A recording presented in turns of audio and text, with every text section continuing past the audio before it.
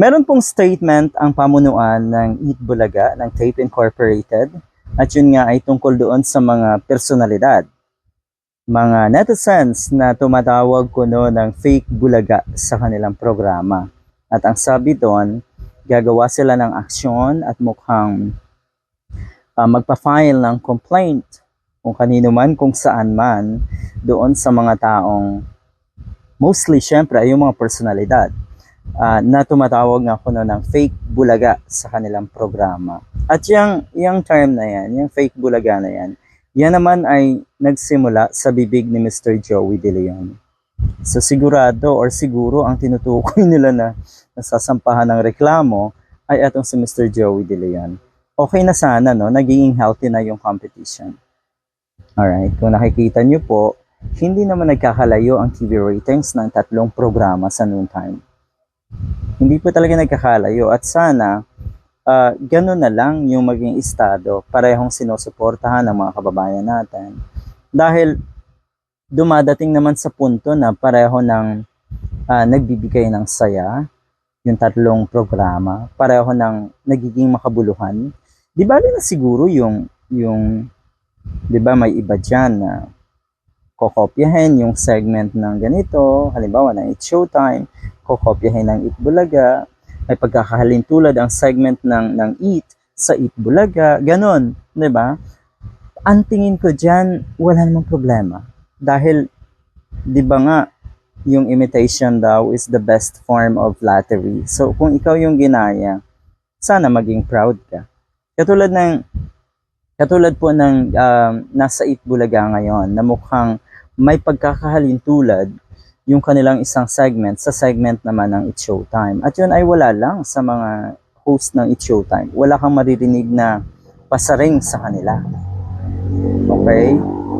Dahil, yun nga, nakaka-proud yun na yung kanilang segment ay kinokopya or ginagaya or merong nag-imitate.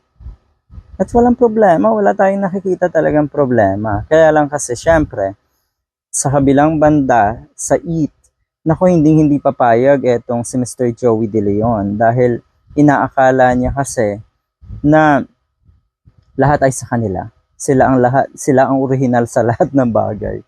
At yan po ay hindi magandang kaugalian. Okay?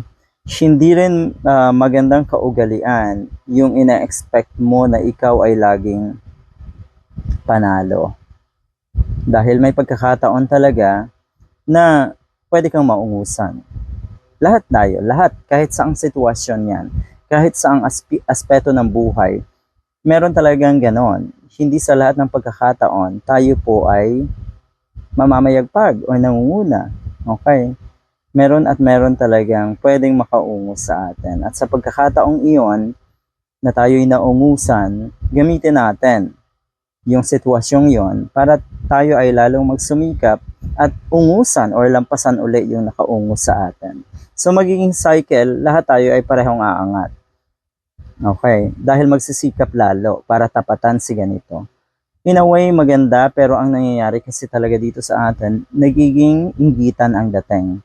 At yun po ang naging dahilan, kaya sa tuwing mauungusan, sa tuwing may magandang balita sa ibang programa katulad ng Eat Bulaga and It's Showtime, si Mr. Joey De Leon po ay nagpaparinig at nagpapasaring. Alright, katulad nito, meron na naman siyang pasaring tungkol nga sa mga fake. Ito yon. Tila may pinaringgan muli sa social media, fake it and live it. Yon. Sa kanya po nagmula yung fake bulaga. Alright? At dahil nga dyan, syempre maraming mga netizens ang nagre-react. Katulad ng madalas kong sabihin, sana talaga ay may magpaalala kay Mr. Joey De Leon na hindi nakakatulong sa kanyang pagtanda yung puro parinig, yung puro pasaring, na ang ibig sabihin nun, yung inggit ang umiiral sa kanyang puso at yung galit. Hindi po talaga maganda yan sa pagtanda ng isang tao. Alright, yun lang naman.